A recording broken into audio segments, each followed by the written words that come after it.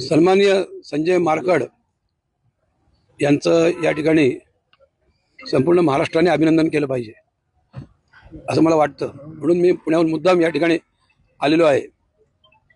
त्यांनी या गोष्टींची मागणी केलेली आहे। या गोष्टी म्हणजे हा या नैसर्गिक हक्क आहे समाजाचा, नागरिकांचा हक्क आहे की बेकायदेशीर कत्तलखाने तोडले पाहिजेत, मशिदीवरचे भोंगे उतरले पाहिजेत आणि गोहत्या बंदी जी आहे ती संपूर्णपणे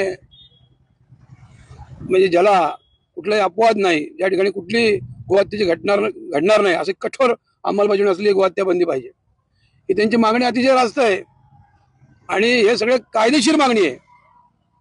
त्यांनी स्वतःच्या आग्रहातनं स्वतःची एक वेगळी भूमिका घेऊन मागितली असं काही नाही।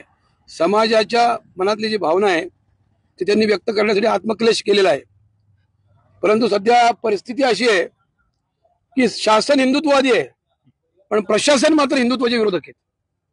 आणि हे नगरचे जे जिल्हाधिकारी आहेत, हे नगरचे जे पोलीस अधीक्षक आहेत, यांना मला विचारायचं आहे की तुम्ही तुमचं जे कर्तव्य आहे ते पार पाडण्यात का कमी पडताय?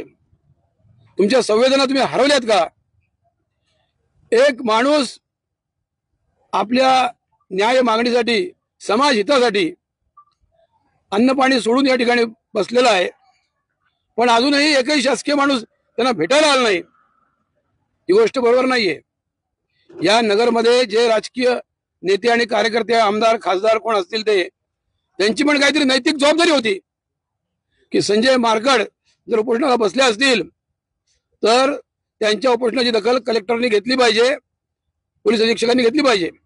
आणि एखाद्या माणसाला संजय मारकड यांच्या मागण्या मान्य नसतील तरी सुद्धा लोकशाही म्हणून संजय मारकड यांचा जो अधिकार आहे तो अधिकार इथल्या निलेश लंकेसारख्या लोकप्रतिनिधींनी तो मान्य केला पाहिजे आणि कलेक्टरला विचारलं पाहिजे की जरी संजय मारकड माझा विरोधक असला तरी त्याला लोकशाहीने दिलेला जो अधिकार आहे त्यासाठी तो जर झगडत असेल तर सरकारी अधिकाऱ्यांनी याच्याकडे लक्ष दिलं पाहिजे। आणि खरं म्हणजे गोष्ट अशी आहे की इथं उपोषण करायची वेळ आली, याचा अर्थ काय झाला? याचा अर्थ झाला की अप्रत्यक्षपणे ही गोष्ट स्पष्ट झाली की प्रशासन दुबळं आहे। म्हणजे आम्ही असं काही वेळेला म्हणतो, जो आमचं काम करत नसतो त्याला, की तुम्ही काय बांगड्या घातल्यात का? पण आता या प्रशासनाला विचारलं पाहिजे नेमक्या तुमच्या हातात बांगड्या किती आहेत? म्हणजे बांगड्या तर आहेत त्यांच्या हातात, कारण जर 2 दिवस झाले, तिसरा दिवस उजाडलाय, माणूस अन्न पाण्यापासून थांबला इथं आणि तुम्हाला इथे येऊन चौकशी करायला येत नाही, म्हणजे तुम्ही मुसलमानांना घाबरताय का? आणि तुम्ही जर मुसलमानांना घाबरत असाल तर अहमदनगरचा अहिल्यानगर करून उपयोग काय झाला? तुमच्या हातात नेमक्या किती बांगड्या आहेत? त्या बांगड्या फोडायच्या असेल तर काय करायला पाहिजे असं या प्रशासनाला विचारलं पाहिजे।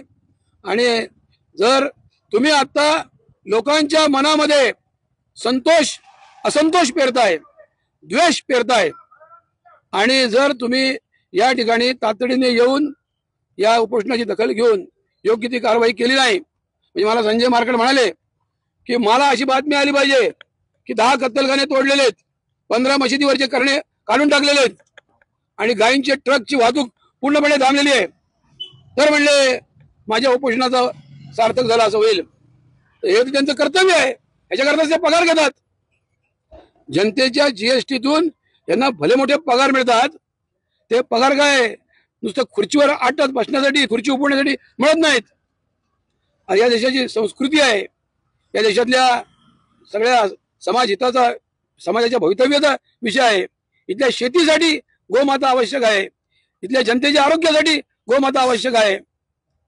आणि मुसलमानांचं वर्चस्व हे या समाजामध्ये कुठे अस्तित्वात राहता कामा नये. म्हणजे आम्हाला नेहमी सांगण्यात येतं की पोलीस आणि सैनिक हे सारखंच काम करतात. सैनिक सीमेवर देशाचं रक्षण करतात आणि सीमेच्या आतल्या भागात पोलीस रक्षण करतात.